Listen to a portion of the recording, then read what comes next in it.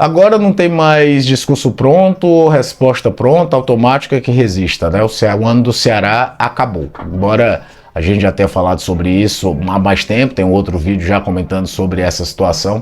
Agora não tem mais jeito, não tem nem como tentar buscar uma força, um fio de esperança de um outro contexto.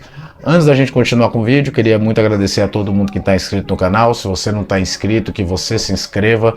A gente já passou na marca de 5.700 aqui, então é motivo de muita felicidade, mas cabe muito mais.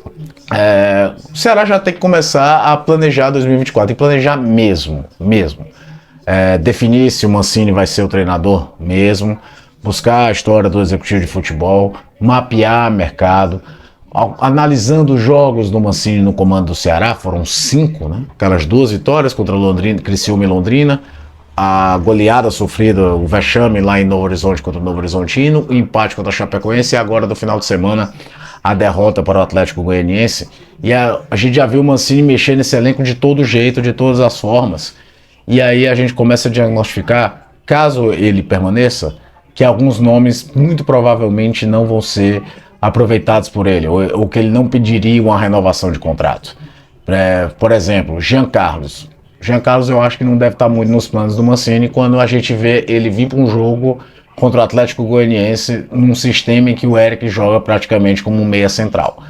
Você não ganha um meia de qualidade e ainda tira um teu jogador mais talentoso, que com todos os altos e baixos foi o jogador que mais entregou tecnicamente para o Ceará na temporada, da sua melhor função, seja jogando na ponta esquerda, que foi uma solução interessante que ele encontrou nos 2 primeiros jogos, seja jogando pelo lado direito, uma vez que nessa partida ele não tinha o Christian Barletta com desconforto no joelho. Então fica muito claro que o Jean Carlos, pelo menos para mim, não é uma peça que o Mancini imagine trabalhar na próxima temporada, caso ele permaneça no Ceará. Outra é o Zé Ricardo. O Mancini já atuou com o Léo Santos, com o Richardson, com o Breno, hoje trouxe de novo o Castilho para jogar embaixo, e o Zé Ricardo não entra. O Zé Ricardo entrou agora contra o Atlético Goianiense, eu acho que naquela do vamos ver no que dá. Foi jogador dele no América Mineiro, perdeu espaço com o próprio Mancini lá no time de Minas Gerais, mas pelo baixo aproveitamento, num posicionamento que o Ceará precisava de melhor qualidade de passe, algo que o Zé Ricardo tem, fica muito claro que, para mim, pelo menos, que não vai ter muito esforço do treinador para buscar a renovação contratual dele. Entra outro jogador que veio para essa Série B com muita esperança e de fato não emplacou, né? Teve 2 gols anulados e nenhum marcado de forma oficial, que é o Bissoli. Porque quando a gente vê que já com o próprio Mancini, o Saulo jogou de centroavante, hoje o Nicolas, os dois já jogaram juntos. Aliás, a ideia tática no jogo de hoje era em determinados momentos o David Ricardo, que acabou sendo substituído por lesão, formatar uma linha de 3 para que o Kaique fosse o ala e o Saulo fosse jogar junto ao Nicolas dentro da área. E o Bissoli só entrou também na hora do pegar para capar, no final do jogo, para tentar alguma coisa de diferente, fica muito claro. Kleber, eu acho que Kleber também é uma questão que é bom para o Kleber e bom para o Ceará, que essa relação acabe, não existe mais clima ali para a atuação. William Formiga, fica muito claro também para mim que quando o Mancini tira o David Ricardo da sua posição, David Ricardo, que é o zagueiro mais regular do Ceará no ano, para improvisá-lo na lateral esquerda e só coloca o Formiga por conta da lesão do David Ricardo, fica muito claro que o Formiga, que foi titular durante toda a Copa do Nordeste, mas que não teve muita regularidade após o título do Nordestão, após aquela lesão que ele sofreu contra o Sport, que é carta fora do baralho também. Num time que, convenhamos, vive uma tentativa e erro desde o início da temporada, por N motivos. Até falei isso aqui no vídeo da demissão do Juliano Camargo.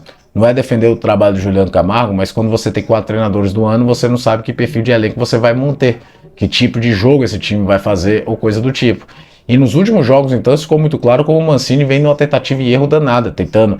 Toma muito gol, bota o Richardson, precisa atacar, muda a formatação. Hoje entrou com 4 atacantes de origem, trazendo o Eric para jogar de meio numa tentativa meio kamikaze que não deu certo.